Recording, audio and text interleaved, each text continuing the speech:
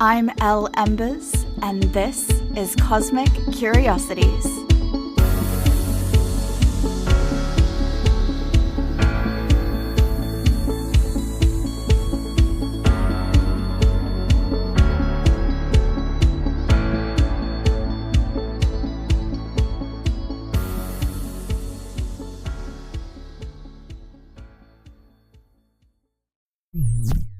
Hey friend, and welcome to this week's episode of Cosmic Curiosities, Cosmic Insights.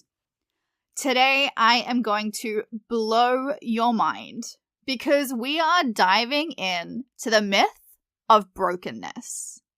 And what does that mean, you might ask? Well, many people enter the healing, self-development, and spiritual industry thinking that they are broken and need fixing. And this is something that I did myself. I thought I was broken and I thought I wasn't good enough. And I thought that healing was something I needed to become good enough. And this is actually a really harmful belief that is often reinforced by the industry itself, aiming to sell you a course or a program or a healing modality that may or may not be beneficial long term. You see, the idea that we need to be repaired can make us dependent on external solutions, external people even, coaches, mentors. But true healing isn't about fixing what's broken. It's about recognizing and embracing our wholeness. And your journey should focus on self-acceptance and understanding that flaws and mistakes are part of being human. And this is something that I have tried to encourage so much through my work as a soul therapist. Because by shifting our narrative from brokenness to self-compassion and growth, we can free ourselves from self-sabotage and move toward genuine self-improvement and spiritual growth. Because in reality, seeing ourselves as broken is a really damaging belief to have, and it actually stunts our personal growth. And it often comes from society, making us feel less than and making us feel inadequate.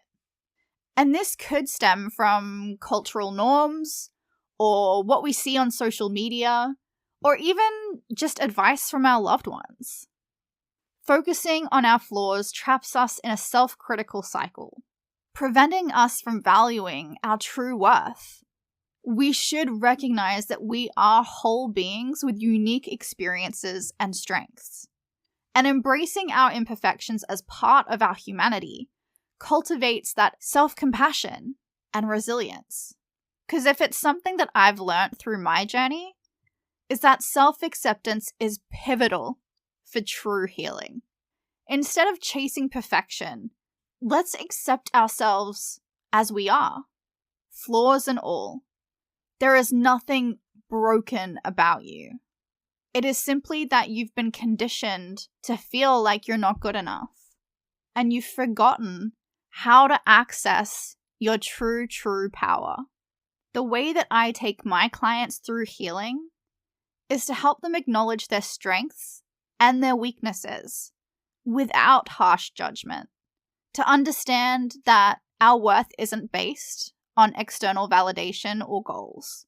And in a world focused on achievement, practicing self-acceptance helps us break the cycle of self-criticism. It helps us talk to ourselves in a nicer way and be less judgmental. This makes our relationship with ourselves, our conscious, our subconscious, our entire being healthier and more compassionate. Self-acceptance is the foundation for a more authentic and fulfilling life, and it leads to deeper self-awareness and personal development. So I have to ask, how do you see criticism? Do you see it as an opportunity to grow, or do you see it as an attack?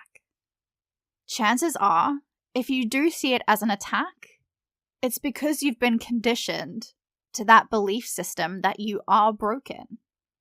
You see, mistakes are valuable. They're valuable for growth and self-improvement. And we shouldn't beat ourselves up for fucking up. Instead, see it as a learning opportunity. Reflecting on our mistakes means being honest with ourselves and facing a somewhat uncomfortable truth. Each mistake gives us insight into our behavior and our decisions. So by reflecting openly and compassionately, we can see the patterns that we've been making and we can make adjustments to them. And this process helps us to avoid repeating these mistakes. It shifts our focus from self-criticism to constructive self-evaluation, enabling meaningful and sustainable growth. So I know it's one thing to logically understand this, but it's another to feel it, right? So what is the role of emotions in growth? Well, emotional responsibility means owning our feelings and reactions. Many blame external circumstances or others for their emotions, and this makes us feel like we are the victim, and we fall into that belief system. Practicing emotional responsibility requires effort and self-awareness. It means we have to actually acknowledge our emotions. And by owning our emotions, we empower ourselves to respond constructively. We can't control every event in our lives, but we can control our reactions. And practicing self-awareness and mindfulness to identify and address your feelings without blaming others fosters resilience and healthier relationships. And so often we want to label everything. We want to say, I feel mad, and dedicate ourselves to that belief. And sometimes these emotions aren't really our emotions, but it's what we've been led to believe our emotions should be. Say, for example, your partner's cheated on you, and you're mad because that's what you feel you should be in that situation. But maybe if you sat with your emotions and you sat with your feelings, you'd find that that may not be how you actually feel. It's the same thing as if you're a parent. Sometimes our kids do things that annoy us. They've made a mess, we've had to clean it up, and instead of telling them that we're annoyed and upset, we commit to this belief that ignoring them or being moody will teach them a lesson in how upset and hurt that we are. But see, our emotions are our responsibility. Just like everyone else's emotions are their responsibility. So instead of making your mind up on how you think you should feel and committing to that narrative, maybe it's worth taking a minute to really feel that feeling, feel that emotion without judgment. It doesn't need a label. Just let your body feel it.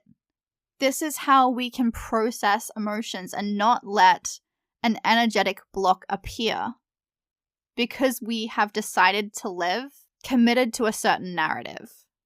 In that example about the annoying kids, if you just told your kid that you're annoyed that you had to clean up after them and moved on, it wouldn't impact the rest of your day because you felt that emotion, you've expressed that emotion and communicated it.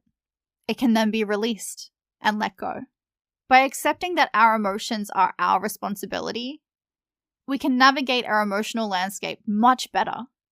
And this can help us grow and expand, which is really what healing should be. Because, like I said, healing isn't about fixing what's broken. It's about accepting, growing, evolving.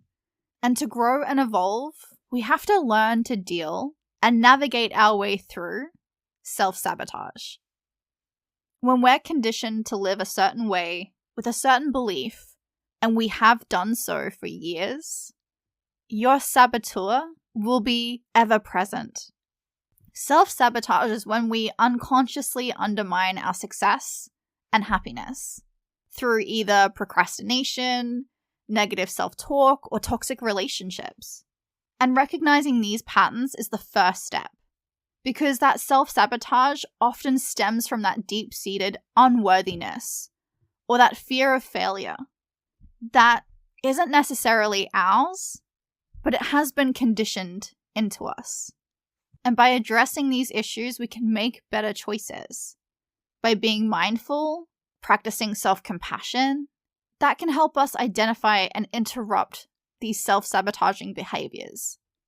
By learning to navigate your saboteur, you can create a supportive internal environment, and this will enable you to pursue your goals and achieve growth. And this is something that I help a lot of my clients do, to overcome the need to self-sabotage by installing new neural pathways that are more aligned to what they want to achieve. So I'm here to tell you, no matter how you found yourself in the self-development or spiritual space, it's not because you are broken. It's simply because you're unaware. You've forgotten. You've been conditioned. So my job as a soul therapist is to help remind you of your wholeness and empower you so that you can grow and expand. So there you have it. Myth busted. You, my friend, are not broken. You are loved. You are worthy. And until next time. This is your Earthside Spirit Guide signing off. Thanks for joining me for today's Cosmic Insight. If you're ready to unleash the magic of your soul and want to work with me, you can send me a message on Instagram at l.embers or visit my website lembers.com.